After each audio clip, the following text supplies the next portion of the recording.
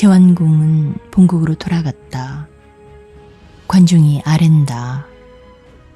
주나라 왕실이 동쪽으로 도읍을 옮긴 이후 정보다 강한 나라는 없었습니다. 정나라는 동객을 쳐서 없애고 그곳에다 도읍을 정했는데 앞은 산이고 뒤는 하수며 좌우로는 낙천, 제천을 끼고 있어 험하고 튼튼하기로 천하 유명합니다. 그러므로 지난날 정장공은 이를 믿고 송나라와 허나라를 쳤으며 왕군에 항거했습니다. 그러나 이제 정은 초나라를 섬겨 그 일당 노릇을 하고 있습니다. 초나라는 자칭 왕이라고 하느니만큼 땅은 크고 군사는 강하고 한양 모든 나라를 손아귀에 넣고 이제 와선 주나라 왕실과 대적하고 있습니다. 그러니 주공께서 만일 주왕실을 돕고 모든 제후간의 패권을 잡으시려면 반드시 초나라부터 쳐야 합니다. 초나라의 힘을 꺾으려면 반드시 먼저 정나라부터 얻어야 합니다. 제완공이 대답한다. 과인도 정나라가 중국 중출한 걸 알기 때문에 항상 그를 수습하려고 했지만 계책이 없어 하니요. 곁에서 영척이 아랜다. 정나라 공자 돌은 임금이 된 지 2년 만에 제족에게 쫓겨났고 제족은 차오를 군위에 세웠습니다. 그 고거미가 차오를 죽이고 자미를 세웠습니다. 그런데 우리 선군께서 자미를 죽이자 제족은 또 자의를 군위에 세웠습니다. 그러니 제족은 신하로서 임금을 추방한 자며 자의는 동생으로서 그 형님 자리를 빼앗은 자입니다. 이들은 다 분수를 범하고 윤기를 거슬린 자들입니다. 그러니 마땅히 그 죄를 밝히고 그들을 치십시오. 그런데 지금 공자돌은 역당에 있으면서 날마다 정나라를 치려고 계획 중입니다. 더구나 제족이 죽고 없으니 정나라엔 인물이 없습니다. 주공은 한 장수를 역당으로 보내사 공자돌을 내세우고 정나라로 쳐들어가서 공자돌로 하여금 정나라 군위에 오르게만 하면 그는 반드시 주공의 은덕을 잊지 않고 북면하고 우리 제나라를 섬길 것입니다. 그 말이 장이 좋소. 제완공은 머리를 끄덕였다. 마침내 제완공은 빈수무에게 명예 병차 200승을 거느리고 진발하도록 했다. 빈수무는 역성 20리 밖에 이르러 군사를 둔치고 사람을 보내 공자돌에게 제완공의 뜻을 전했다. 이때 정려공 자돌은 먼저 제족이 죽었다는 소식을 듣고는 비밀히 신복부와 한 사람을 정나라로 보내 국내 소식을 탐지하던 중이었다. 어느 날 정려공 자돌은 제완공이 군사를 보내 자기를 본국으로 들어가도록 주선해 주겠다는 소식을 듣자 바야흐로 때는 왔다고 크게 기뻐했다. 그는 즉시 역성 바깥까지 나가서 제나라 군사를 영접하고 크게 잔치를 베풀고는 빈수모와 함께 흉금을 터놓고 이야기했다. 이때 정나라로 보냈던 사람이 돌아왔다. 제족이 죽은 것은 사실입니다. 그 후임으로 숙첨이 상대부가 됐습니다. 빈수모가 묻는다. 숙첨은 어떤 사람입니까? 공자돌이 대답한다. 그는 나라는 다스릴 줄 알지만 장수가 될 만한 인재는 아닙니다. 정나라에서 돌아온 밀탐군이 보고한다. 이번 정나라 성내에서 기이한 일이 일어났습니다. 남문 안에 큰 뱀이 나타났는데 길이가 발척이며 머리는 푸르고 꼬리는 황색이었습니다. 또 성문 밖에도 큰 뱀 한 마리가 나타났는데 길이는 장년화되고 머리는 붉고 꼬리는 녹색이었습니다. 이 두 마리 뱀이 성문 문턱에서 3일 3야 동안 맹렬히 싸웠으나 승부가 나지 않았습니다. 그걸 구경하던 백성들이 저자와 같았으나 감히 접근하는 자는 없었습니다. 그런지 17일 만에 드디어 성박 뱀이 성 안쪽 뱀을 물어 죽이고는 그 길로 성내로 들어가서 태묘 속으로 들어가 버렸습니다. 뱀은 어디로 갔는지 다시 나타나지 않았습니다. 빈수무가 허리를 굽히며 차돌에게 치하한다. 장차 군위에 다시 오르실 징조입니다. 정려공 차돌이 묻는다. 어찌 그러리라고 믿으시오? 빈수무가 대답한다. 정나라 성 바깥의 뱀은 바로 군운이 길이가 장년화된다는 것은 바로 형님뻘입니다. 성내의 뱀은 바로 자인이 길이가 발척밖에 안 되는 것은 동생뻘이 되기 때문입니다. 싸운 지 17일 만에 성박 뱀이 성내의 뱀을 이기고 정성 안으로 들어간 것은 무엇이냐 하면 군우가 본국을 떠나 망명한 것이 바로 갑신년 여름이고 지금이 신축년 여름인즉 그동안이 바로 17년간입니다. 성안의 뱀이 죽은 것은 자기가 군의를 잃을 징조이며 성박 뱀이 태묘로 들어간 것은 군우가 종사를 받을 징조입니다. 우리 주공께서 대의를 천하의 벼사, 군우를 정나라 정의에 세우고자 하시니 이제야 뱀이 싸울 때는 왔습니다. 어찌 다 하늘의 뜻이 아니겠습니까? 정려공 차돌이 대답한다. 진실로 장군 말대로 된다면 대대로 이 은덕을 저버리지 않겠소. 드디어 빈수무는 차돌과 함께 기책을 정하고 대릉 땅을 야습했다. 이에 정나라에선 부하가 군사를 거느리고 나왔다. 양편은 서로 크게 싸웠다. 이때 빈수무는 상대편 뒤로 돌아가 크게 대릉을 쳐부수고는 제나라 기호를 세웠다.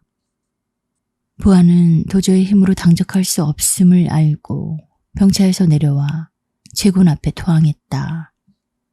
정려공 차돌은 토항해온 부하를 보자 17년 동안이나 자기에게 항거해온 부하에 대해 원한을 참을 수가 없었다. 그는 이를 갈며 좌우에게 속히 부하를 참하도록 호령했다. 부하가 군사에게 끌려 나가면서 큰 소리로 외친다. 주공은 정나라로 돌아가고 싶지 않으십니까? 어찌하사 나를 죽이려 하십니까? 차돌은 이 말을 듣고 다시 그를 불러 들이었다. 부하가 아랜다. 주공께서 만일 신을 살려주시면 신은 원컨대 자위의 목을 끊어 바치겠습니다. 차돌이 묻는다.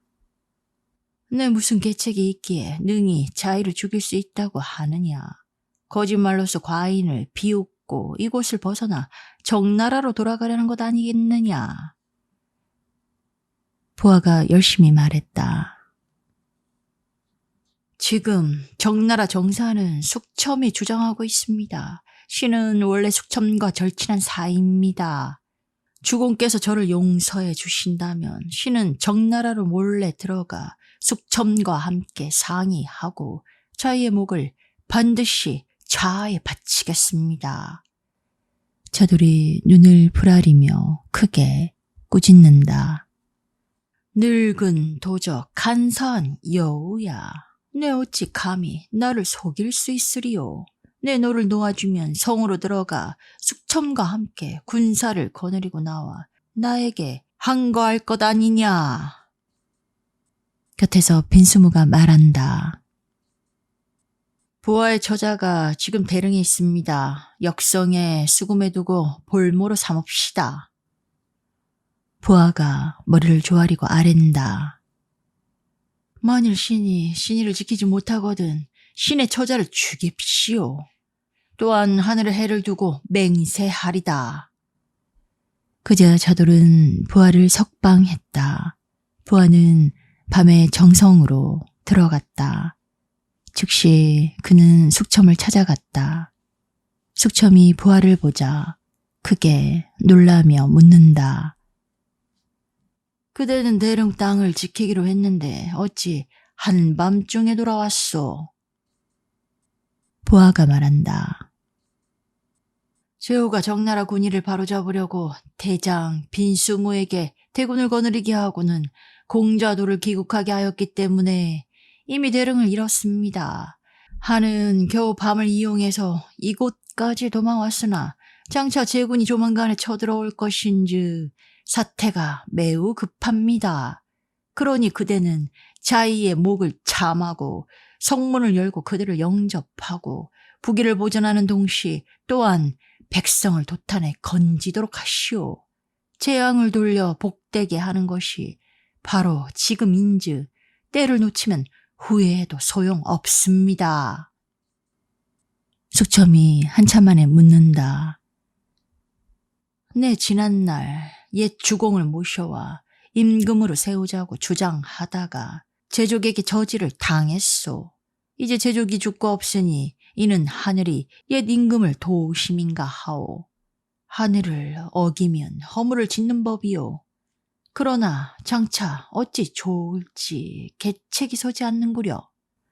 부하가 계책을 속삭인다. 그러면 속히 역성으로 밀서를 보내 즉시 자돌로 하여금 쳐들어오게 하는 동시 그대는 성 밖에 나가서 거짓으로 항거하는 체하오. 그러면 자기가 반드시 성 위에 올라가 싸움하는 걸 볼 것이요. 네, 그때 형편 보아 그를 죽이겠소. 이리하여 그대가 옛 임금을 영접해서 모시고 성으로 들어오면 대사는 끝나오. 숙첨은 그 계책을 실천하기로 했다. 그는 신복 부하에게 밀서를 주어 자돌에게 보냈다. 이를 이쯤 꾸미고 난 후 부하는 궁으로 들어가 자의를 배웠다. 제군이 자돌을 돕고 쳐들어오는 바람에 대릉 땅이 함몰했습니다. 자의가 크게 놀란다. 그 아이는 귀중한 뇌물을 초나라에 보내고 구원을 정하겠다. 조군이 오기를 기다려 안팎에서 협공하면 제군을 가히 무찌를 수 있을 것이다. 그러나 숙첨은 일부러 이틀이 지났건만 사자를 초나라로 보내지 않았다. 이러는 동안 세작이 와서 보고한다. 역성의 군사가 이미 성 아래에 이르렀습니다. 숙첨이 자의에게 아랜다. 신이 군사를 거느리고 나가 싸우겠습니다. 주공은 부하와 함께 성에 올라 굳게 지킵시오. 자의는 그 말을 믿고 머리를 끄덕였다. 이에 성 밖에선 자돌이 먼저 군사를 거느리고 숙청과 함께 거짓으로 수합을 싸우는 척 하는데 빈수무가 제군을 거느리고 들이닥쳤다. 이를 보자 숙첨은 급히 병차를 돌려 달아나기 시작했다. 이때 부하가 성 위에서 큰 소리로 외친다. 정나라 군사가 패하는구나. 이 말을 듣자 원래 무능한 자의는 불이 나게 성을 내려가려고 돌아섰다. 순간 부하는 칼로 자의의 등을 찔렀다. 자의는 등에 칼이 꽂힌 채 외마디 소리를 지르고 성 위에서 죽어 자빠졌다. 부하는 즉시 성문을 열도록 호령했다. 이에 자돌과 빈수무와 숙첨은 유유히 성 안으로 들어갔다. 부하는 먼저 천궁으로 달려가 자의의 두 아들을 다 죽이고 정려공 자돌을 군의로 모셨다. 원래 정나라 사람들은 정려공을 동정했었다. 그래서 백성들은 환호성을 올렸다. 정려공 자돌은 빈수무에게 후한 예물을 주고 언약했다. 오는 겨울 10월에 과인이 제나라 궁에 가서 동맹을 청하리다. 빈수문은 후한 대접을 받고 제나라로 돌아갔다. 정료공이 복위한 지 수일 만에 인심은 크게 안정됐다. 어느 날 정료공이 부하에게 말한다. 너는 대릉을 지킨 지 17년 동안에 언제나 전력을 기울여 과인에게 항거했었다. 너는 참으로 전 임금의 충신이었다. 이번에 너는 생명을 탐하고 죽음을 두려워한 나머지 다시 과인을 위해 전 임금을 죽였다. 참으로 내 마음을 측량할 수가 없구나. 이제 과인이 자의의 원수를 갚겠다. 정료공이 좌우 역사에게 호령한다. 무엇을 머무르십니까? 저놈을 저자에 끌어내어 참하여라. 부하는 끌려가면서 하늘을 우러러 길이 탄식했다. 그날 저자에서 부하는 차명을 당했다. 정료공은 부하의 처자만은 죽이지 않았다. 요몽이 싫었어 이 일을 탄식한 것이 있다. 좌돌 같은 간응은 세상에 없을 것이니 사람의 힘을 빌어 뜻을 이룬 후에 그 사람을 죽였도다. 부하는 얼마 못 살고 죽었지만 그의 충성은 만고에 전해졌도다. 이때 원본은 지난날 자의를 군위에 세우고자 찬동했기 때문에 혹 자기까지 걸려들지는 않을까 두려워서 늙고 병들었다. 칭탈하고 집안에서 나오지 않았다. 정료공은 사람을 원본의 집으로 보내 크게 꾸짖었다. 이에 원본은 대들보에다 목을 메고 자살했다. 정료공은 또 지난날 임금을 쫓아낸 죄를 용서할 수가 없다 하고 공자를 죽였다. 그러나 숙첨만은 숙청하지 않았다. 숙첨이 목숨을 애걸한 때문이었다. 정료공은 더 이상 사람을 죽이진 않았다. 그러나 정료공은 숙첨을 살려주는 대신 숙첨의 다리를 끊었다. 공부 정숙은 장차 자기의 신변이 위험할 걸 짐작하고는 위나라로 달아났다. 그런 지 3년이 지났다. 정료공은 위나라에 있는 공부 정숙을 불러와 또다시 벼슬을 줬다.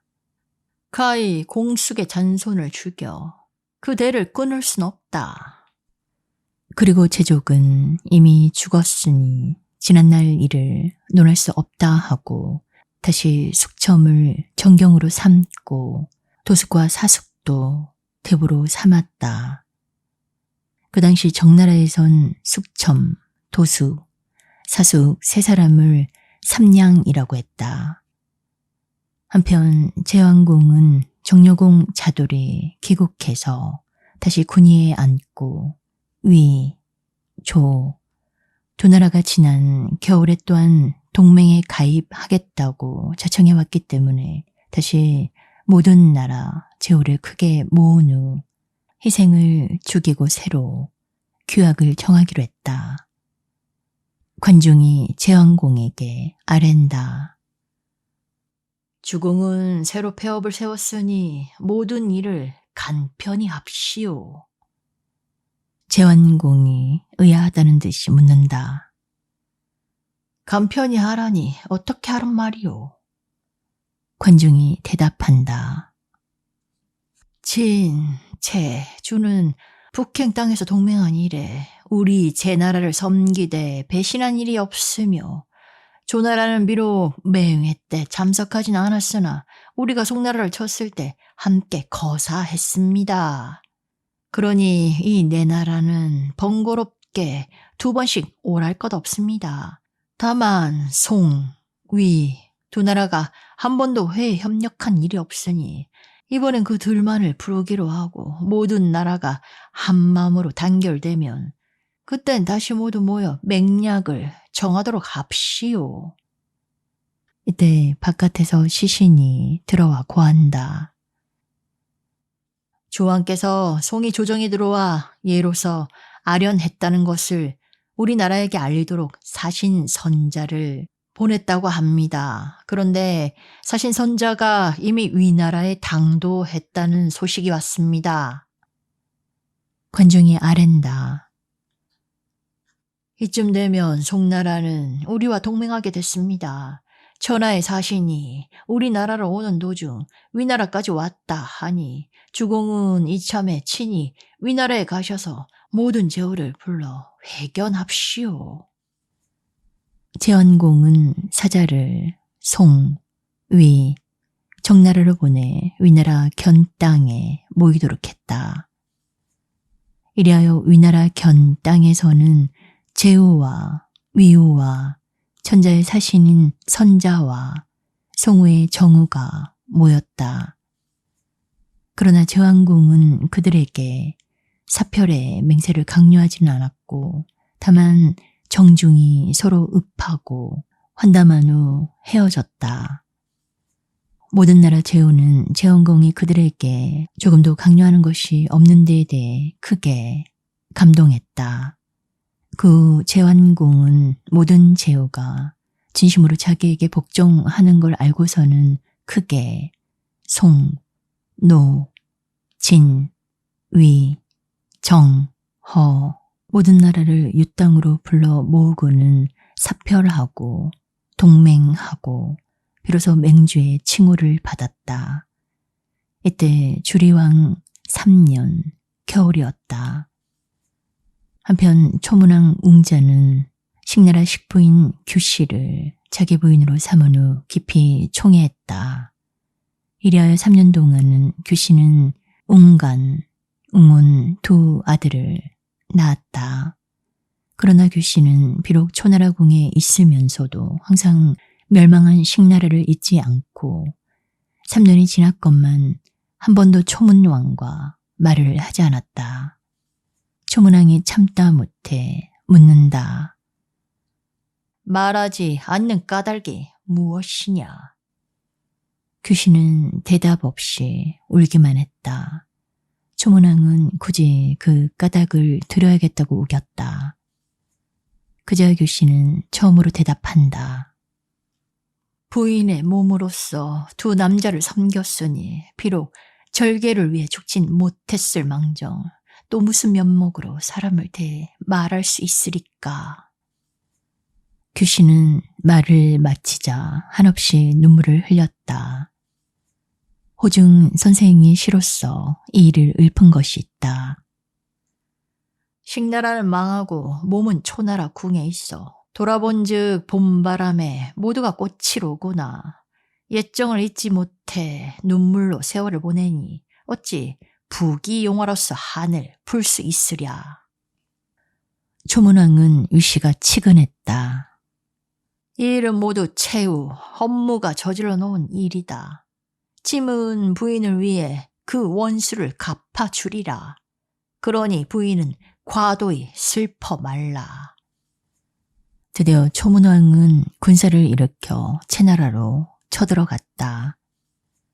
초군이 채나라 부 땅으로 쳐들어가자 최후 헌무는 초군 앞에 나아가 웃옷을 벗고 꿇어 엎드려 사과하고 부고에 있는 금옥까지 다 바쳤다. 이에 비로소 초문왕은 채나라에서 물러갔다. 이 소문을 듣자 정나라 정려공도 겁이 나서 곧 사자를 초나라에 보내 자기가 보기한 것을 고했다. 초문왕이 정나라 사자를 꾸짖는다. 너희 나라 임금 자돌은 보기한 지 2년이 지났는데 이제야 과인에게 고하니 과인을 업수 여김이 이렇듯 심하다. 내 마땅히 너희 나라를 치리라. 드디어 초문왕은 다시 군사를 일으켜 청나라를 쳤다. 정려공은 감히 싸우지도 못하고 초군 앞에 나가서 백배에 사죄했다. 초문왕은 정려공을 용서하고 회군했다. 이때 주리왕 4년이었다. 그 후로 정려공 자돌은 초나라가 무서워서 감히 제 나라를 섬기지 못했다. 한편 제완공은 사자를 정나라로 보내 정려공을 크게 꾸짖었다.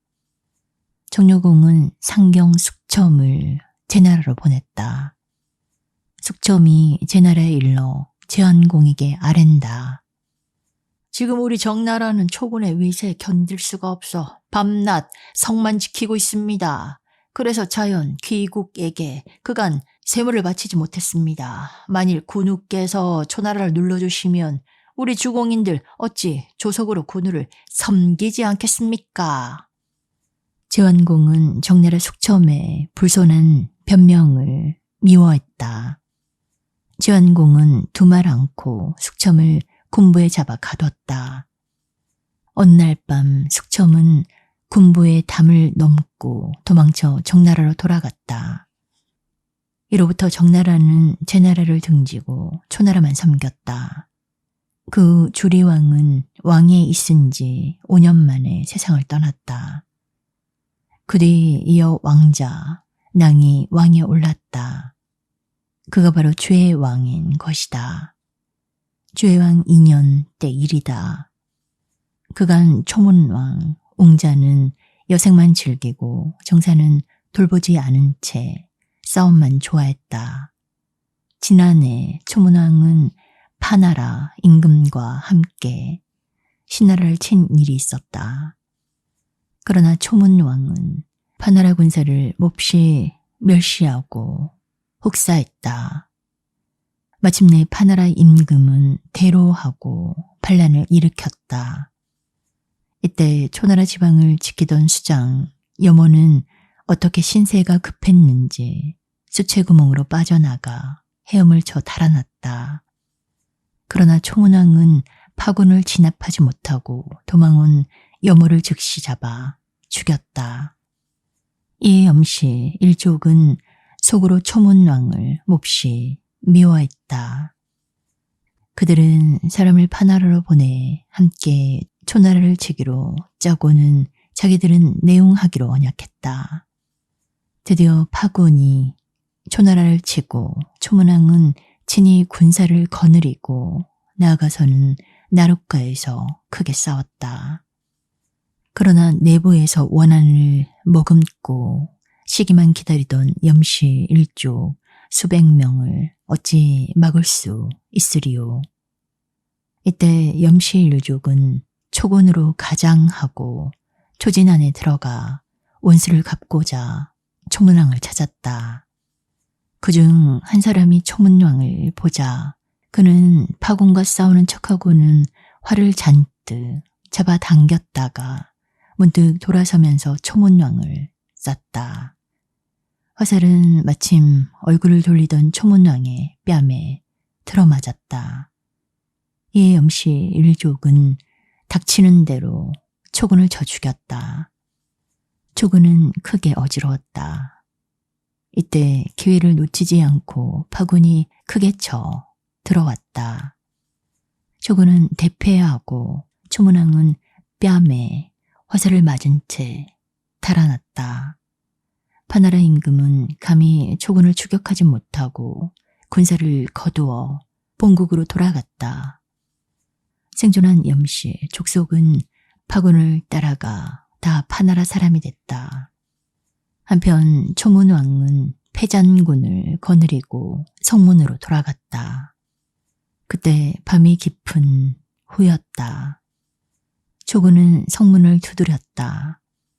그러나 성문은 열리지 않았다. 성 안에서 육권이 묻는다. 왕은 싸움에 이기셨나이까? 초문왕이 대답한다. 전노라.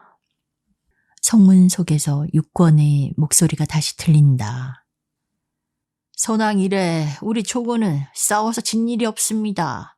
더구나 파나라로 말하면 보잘것없이 조그만 나라가 아닙니까?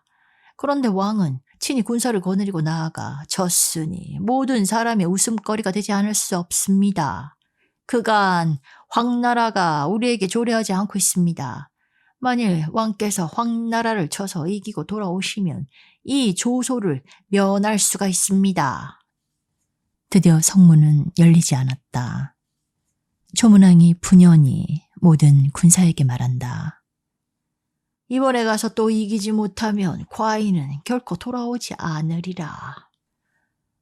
초문왕은 그 길로 군사를 거느리고는 황나라를 쳤다. 초문왕은 정릉 땅에 일러 친히 북을 쳐서 사기를 돋궜다. 군사들도 죽기를 각오하고는 황나라 군사를 무찔렀다. 황군을 쳐부순 그날 밤이었다. 깊이 잠든 초문왕은 영중에서 꿈을 꿨다. 지난날의 식나라 군우가 삭발한 머리를 흔들면서 눈을 부릅뜨고 나타났다. 내 무슨 죄가 있기에 나를 죽게 했느냐? 그리고 내 나라를 없애고 내 강토를 점령했느냐? 그리고 내 아내를 빼앗아 갔느냐? 내 이미 상제께 너의 죄를 낱낱이 고하였다. 식나라 임금은 손을 번쩍 들어 초문왕의 뺨을 쳤다. 초문왕은 크게 외마디 소리를 지르면서 벌떡 일어났다. 화살에 맞은 뺨이 찢어져서 피고름이 흘렀다. 초문왕은 즉시 전령하고 군사를 거둬 본국으로 떠났다. 초군이 추땅에 일렀을 때이다. 밤은 점점 깊었다. 초문왕은 자다 말고 또 무슨 꿈을 꿨는지 괴상한 소리를 지르면서 겨우 아픈 몸을 반쯤 일으키다가 뒤로 벌렁 나자빠졌다. 군사들이 모여들었을 땐 이미 초문왕은 휴학술에 눈을 부릅뜨고는 싸늘한 시체로 변해 있었다. 이에 초나라 육관은 초문왕의 시체를 영접하고는 장사를 지냈다. 이래야 초문왕의 장자 운간이 왕위에 올랐다. 초문왕의 장례가 끝난 후 육건이 말한다. 나는 2번이나 왕의 명령을 거슬린 일이 있었다. 그럴 때마다 왕은 나를 죽이지 않았다. 그러나 내 어찌 세상에 더 살기를 원하겠느냐. 내 장차 왕을 따라 지하에 돌아가리라. 그는 다시 가족을 돌아보고는 말한다. 내 죽거든 반드시 나를 성문 곁에다 묻어라. 자손들에게 내가 성문을 지키고 있다는 걸 알게 하리라. 마침내 육권은 칼을 뽑아 스스로 자기 목을 찌르고 죽었다. 운간은 육권의 죽음을 가엾게 생각하고는 그 자손들로 하여금 대대로 대온 벼슬을 하게 했다.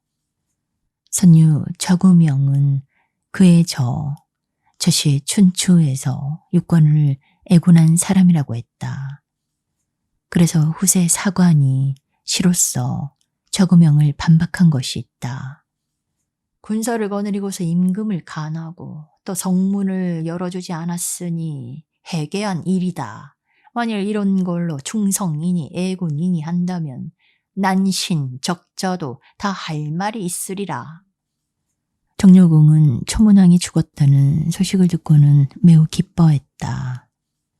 네, 이제야 근심이 없어졌다. 숙첨이 이 말을 듣고 아랜다. 신이 듣건대 타인에 의지하면 위태로우니 사람의 신하된 자는 항상 굴욕을 면할 수 없다고 하더이다. 지금 우리 정나라는 제, 초, 양대 세력 사이에 있기 때문에 위태롭지 않으면 굴욕을 받는 수밖에 없습니다. 그러나 어찌 남의 지배만 받고 있겠습니까? 선군, 황공, 무공사 면을 쓰시고 열국의 제후를 정복했습니다. 이제 주에선 새로 왕이 왕통을 계승했습니다.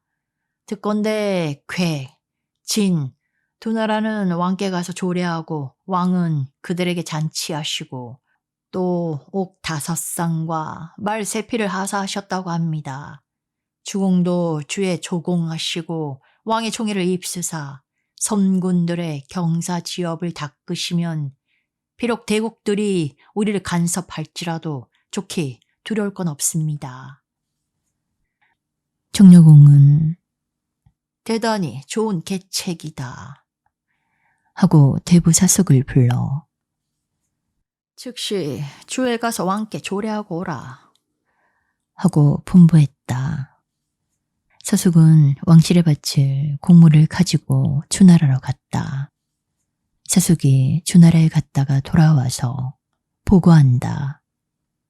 왕실에 큰 난이 일어났는데 참으로 말이 아니더이다. 정려공이 묻는다. 무슨 난이 일어났더냐? 사숙이 차근차근 말한다. 지난날 주장왕이 사랑하던 첩 하나가 있었습니다. 이름은 도이라 합니다. 그래서 사람들은 그녀를 왕도라고 한답니다. 왕도의 소생으로 퇴라는 아들이 있는데 장왕은 퇴를 몹시 사랑하여 대부위국을 그의 사부로 세웠습니다. 그런데 좌태는 소를 좋아했습니다. 친히 수백 마리를 기르는데 소에게 오곡을 먹이고 무늬 있는 옷을 입혔기 때문에 세상에선 그 소를 문수라고 하였습니다. 그가 출입할 때면 시종들은 소를 타고 뒤따라갔으며 멋시고 닥치는 대로 밟고 지나가서 피해가 많았다고 합니다. 이런 한편 좌태는 대부 위국과 변배, 자금, 축괴, 첨부 등 이런 사람들과 비밀이 결탁하고는 서로 왕래가 빈번했습니다. 그러나 전번에 붕어하신 이왕도 이러한 동생의 방향무인한 태도를 막진 못했다고 합니다. 이번에 이왕이 세상을 떠나시고 신왕이 즉위하자 좌태는 자기가 아저씨 뻘이라는 걸 믿고는 더욱이 교만 횡포해졌습니다. 이에 신왕이 그를 미워하사 그들의 당을 억압하기 위해 자금, 축괴, 전부의 밭을 빼앗았답니다. 신왕은 또 궁궐 곁에다 새로이 동산을 쌓기 위해 왕궁 곁에 있는 위국의 점포와 변백의 집을 몰수하고 터를 넓혔습니다. 또 신왕은 선부 석속이 바치는 식상은 맛이 없다 하여 그의 녹을 줄였습니다. 그래서 석속도 또한 왕을 원망하였습니다. 드디어 위국, 변백 등 5대부와 석속이 함께 난을 일으켜 좌태를 왕으로 받들고 신앙을 쳤습니다. 이에 주공, 기부, 동소, 백료 등은 힘을 다해 적과 싸웠습니다. 좌태와 5대부는 반란을 일으켰으나 많은 사람을 당해낼 수가 없어 서로 달아나 버렸습니다. 옛 주무왕 때 일입니다. 소분생은 왕실의 공이 컸기 때문에 세상 사람들은 그를 소공이라고 불렀습니다. 주문왕은 그에게 남량의 밭을 주어 녹을 받게 했습니다. 그 소분생이 죽자 자손들은 오랑캐에게 견제되어 왕을 배반하고 오랑캐를 섬기게 됐건만 그들은 남량밭을 주왕실에게 반환하진 않았습니다. 그러던 것이 주안왕 8년에 일러 왕은 그 소자의 밭을 거둬 우리나라 섬군 정장공에게 내주시고 그 대신 주나라 가까이에 있는 우리나라 밭과 바꾸었습니다. 그런 후 소자와 주나라 사이는 더욱 감정이 좋지 못했습니다. 뿐만 아니라 위나라도 주나라를 미워했습니다. 이는 천하가 다 알다시피 한 오늘날 위우 사기 지난날 망명하던 때 주왕실이 금모를 위나라 군위에 세웠기 때문입니다. 이리하여 소자는 도망온 자태를 받들어 모시고 위나라로 갔습니다. 마침내 소자는 위우와 단짝이 되어 군사를 거느리고는 주나라에 가서 왕성을 공격했습니다. 이에 주공 기부는 힘을 다해 싸웠으나 마침내 패하여 소백노와 함께 왕을 받들어 모시고 언 땅으로 달아났습니다. 이리하여 5대부는 자태를 왕으로 세웠습니다. 주나라는 지금 적당의 소굴로 변했습니다. 지금 주나라의 민심은 자태에게 복종하지 않고 물끓듯 합니다. 이 기회를 놓치지 마시고 주공께선 군사를 일으켜 망명 중인 왕을 다시 환공케 하시면 이는 만세의 공로가 될 것입니다. 정료공이 연신 머리를 끄덕인다.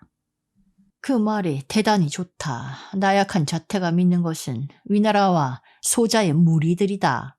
또 5대부가 있다지만 그건 다 무능한 것들이다. 이제 과인이 사자를 보내 그들의 이치로서 타의를 요량이다. 만일 그들이 후회하고 왕을 다시 모셔간다면 굳이 군사를 일으킬 것까지는 없으니 어찌 아름다운 일이 아니리요. 정료공은 이렇듯 말하고 한편 사자를 언땅으로 보내 망명 중인 주해왕을 여급으로 모셔왔다. 여급은 지난날 정료공이 17년간이나 망명했던 곳이다. 그래서 궁실이 제법 정제되어 있던 것이다. 정료공이 사자를 시켜 왕자 퇴에게 보낸 글은 다음과 같다. 돌은 듣건대 신하로서 임금을 범하면 이를 불충이라 하고 동생으로서 형을 범하면 이를 불순이라 하더이다. 불충하고 불순하면 하늘에서 재앙을 내리나니 왕자는 어찌 그걸 모르십니까? 이번에 왕자가 간신의 계책을 듣고 왕을 추방했으나 만일 후회하고 재앙을 두려워하신다면 즉시 천자를 도로 모셔 갑시오. 그리고 몸을 단속하고 천자께 사죄합시오. 그래야만 왕자는 부귀를 잃지 않을 것입니다. 그것도 싫으시거든 조용히 변방으로 물러갑시오. 비록 오랑캐들과 함께 살지라도 오히려 천하 사람들에게 사죄한 것은 되리다. 오직 왕자는 왕 위에서 속히 물러나도록 합시오. 한편 자태는 정료공의 서신을 읽고는 주저할 뿐 결정을 짓지 못했다. 5대부들이 아랜다. 한번 범을 탄 사람은 다시 내리지 못합니다. 어찌 만승의 높이에 한번 오르신 다음에야 다시 신하의 자리로 물러설 수가 있겠습니까? 왕을 속이는 정백의 말을 아예 고지 듣지 맙시오. 마침내 자태는 정나라 사자를 몰아냈다. 한편 정료공은 역당에 가서 주해왕께 조례했다. 그리고 주나라에 갔던 사자가 쫓겨나와 보고하는 걸 들었다. 이에 정료공은 왕명을 받들고 주나라를 엄습했다. 그러나 정료공은 대대로 조왕실에 전해 내려오는 보기만을 취해가지고는 다시 역성으로 돌아갔다. 이때가 주해왕 3년이었다. 그해 겨울에 정료공은 서객으로 사자를 보내 함께 왕을 복위시키기로 위한 회합을 하자고 청했다. 서객의 궤공은 정나라 청을 승낙했다. 이래하여 주해왕 4년 봄 정, 궤, 도나라 군우는 군사를 거느리고 이 땅에서 회견했다. 그리고 그해 여름 4월에는 정, 궤, 도나라 군사는 왕성으로 진격했다. 정료공은 친히 군사를 거느리고 가서 왕성 남문을 쳤다. 그리고 객공은 군사를 거느리고 북문을 쳤다. 한편 위국은 황망이 자태를 만나러 왕궁으로 들어갔다. 이때 자태는 후원에서 소에 여물을 먹이고 있었다. 자태는 바빠서 만날 수 없다고 거절했다. 위국은 초조했다. 일이 몹시 급한데 어찌할꼬. 위국은 하는 수 없이 자태의 명령이라 속이고 변배, 자금, 축계로 하여금 성부에 올라가 쳐들어오는 군사를 막게 했다. 주나라 백성들이 자태에게 복종하지 않았다는 건 이미 말한 바다. 주나라 백성들은 주의 왕이 돌아왔다는 소문을 듣자 우레처럼 환호성을 질렀다.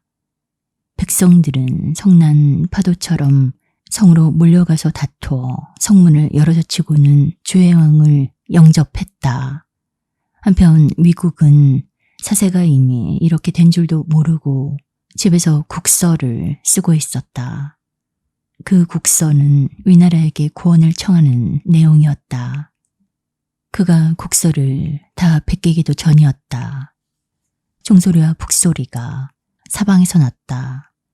밑에 사람이 허둥지둥 들어와 보고한다. 옛 왕이 이미 성으로 들어와 조정에 자정했습니다. 이 말을 듣자 위국은 길이 탄식하고 칼을 뽑아 자기 목을 찌르고 죽었다. 이를 전후에서 춥게 자금도 난군 속에서 죽었다. 변백, 천부들은 주나라 백성들에게 사로잡혔다. 그러나 요행이 자태는 서문으로 빠져나가 달아나는 중이었다. 보라, 그의 앞뒤로 무늬 있는 옷을 입은 소들이 떼를 지어 따라가지 않는가. 자태는 달아나면서도 속속에게 속히 소를 몰라 고 호령했다. 그러나 살찐 소들은 잘 걷질 못했다. 먼지를 뿌옇게 일으키며 뒤쫓는 추병이 나타났을 때에야 자태는 혼자 달아났다. 마침내 자태는 추병에게 사로잡혔다. 그날로 자태는 변백, 천부와 함께 차명을 당했다. 여몽이 시로써 자태의 어리석음을 탄식한 것이 있다.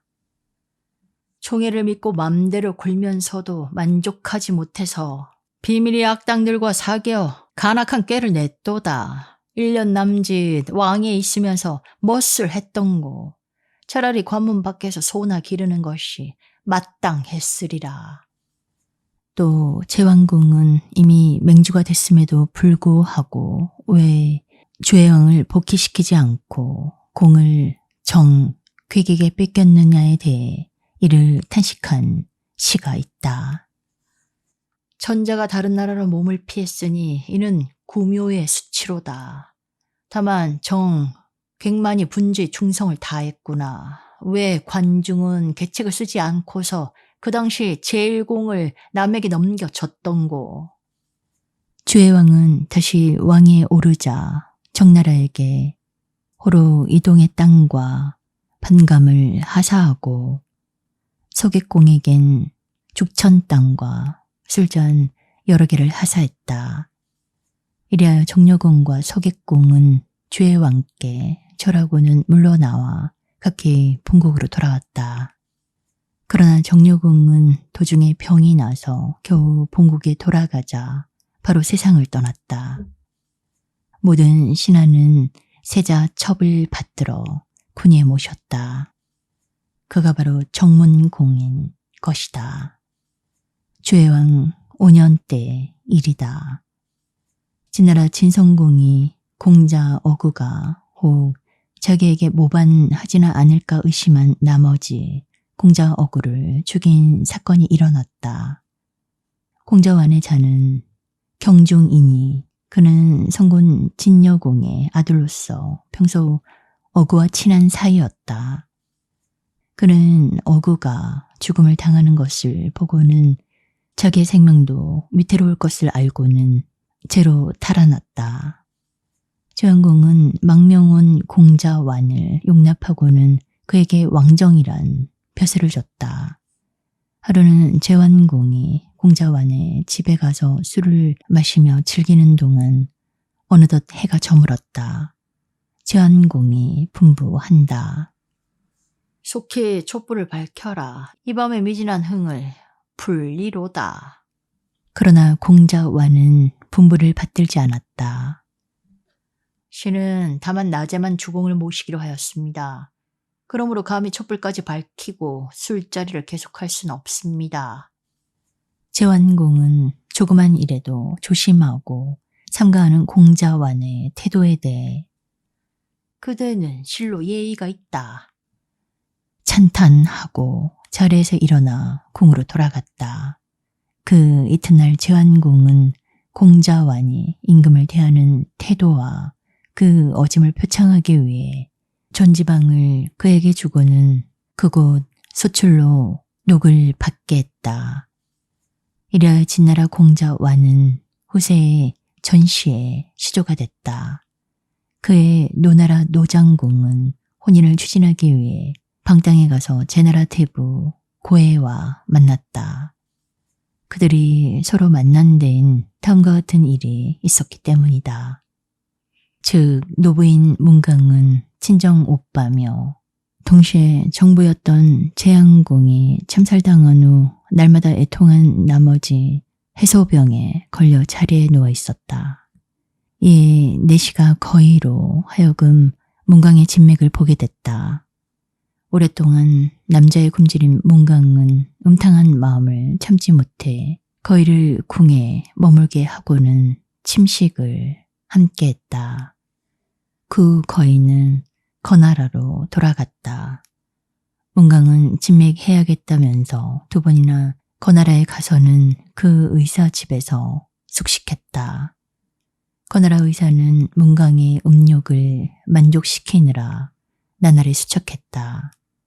마침내 거인은 견딜 수가 없어 문강에게 힘센 사람 하나를 청구해 주고는 물러갔다. 이리하여 문강은 늙을수록 더욱 음욕을 즐겼다. 그러나 문강은 모든 남성이 제왕공만큼 자기를 만족시켜 주지 못하는 데 대해 항상 탄식했다. 주해왕 4년 가을 7월이었다. 문강은 해소병으로 마침내 노나라 별궁에서 세상을 떠나게 됐다.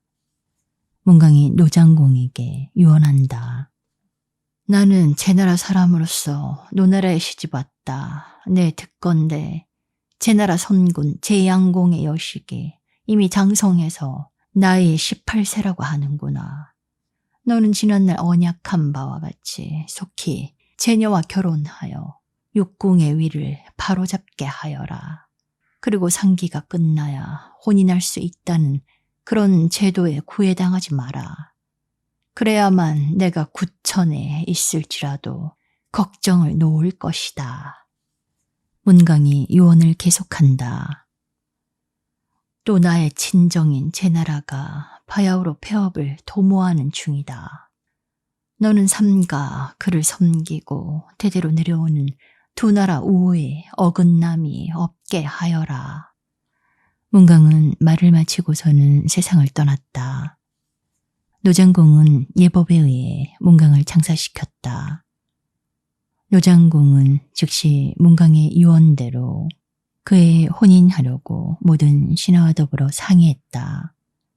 대부 조계가 아랜다.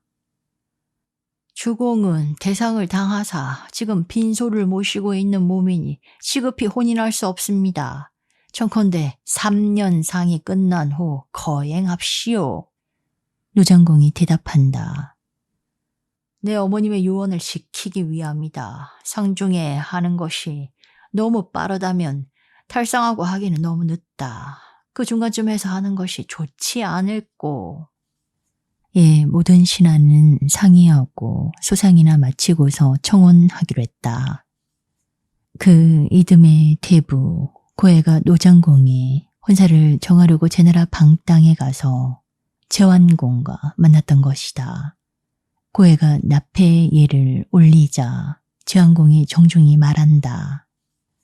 노가 아직 상중에 있으니 혼례 기일을 늦추는 것이 어떻소?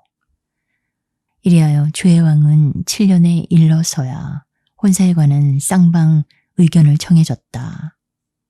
그리고 그해 가을에 혼례하기로 했다. 이때 노장공은 군위에 있은 지 24년이었고 나이가 37세였다.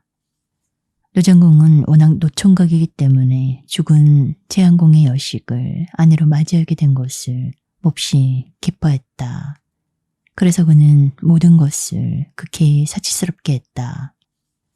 그러면서도 그는 일변 아버지인 노안공이 지난날 제나라에서 참혹하게 맞아 죽은 걸 생각하자 그 자식된 자로서 원수의 여식을 아내로 맞이하는 것이 종시 불안했다.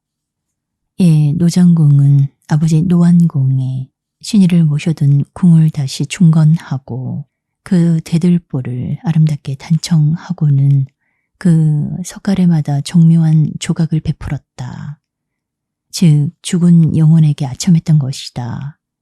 대부 어손만은 전부터 제나라와 혼인하는 것을 반대한 사람으로서 끝까지 그 불가한 점을 들어가냈다. 그러나 노장공은 그해 여름에 제왕공의 여식을 친형하러 제나라로 갔다. 그해 가을 8월에 제녀 강씨는 노나라로 시집을 왔다. 그녀가 노장공의 부인은 바로 애강 대부 종부인 것이다. 노장공은 강씨를 노나라로 맞이할 때 자기를 낮춰 소군의 예로서 그녀를 존대했다. 이리하여 그들은 서로 똑같은 패백을 교환했다. 전부터 이 혼사를 반대한 어손은 이 꼴을 보고 남몰래 탄식했다. 남자는 옥백을 보내는 것이 가장 큰 예물이며 급류를 보내는 것이 적은 예물이며 동시에 글을 보낼 따름이라. 여자는 다만 계암과 밤과 대추와 검포를 예물로 보내 경건한 태도를 고하는데 불과한 것이다. 그런데 이제 남녀가 서로 똑같은 예물을 교환하니 별 꼴을 다 보겠다. 이는 여자가 남자를 하대하는 것이 된다. 적으로 남녀가 유별하다는 것은 국가의 가장 큰 절도이다. 이제 부인이 그 절도를 어지럽혔으니 이러고서야 어찌 예법을 유지하리오.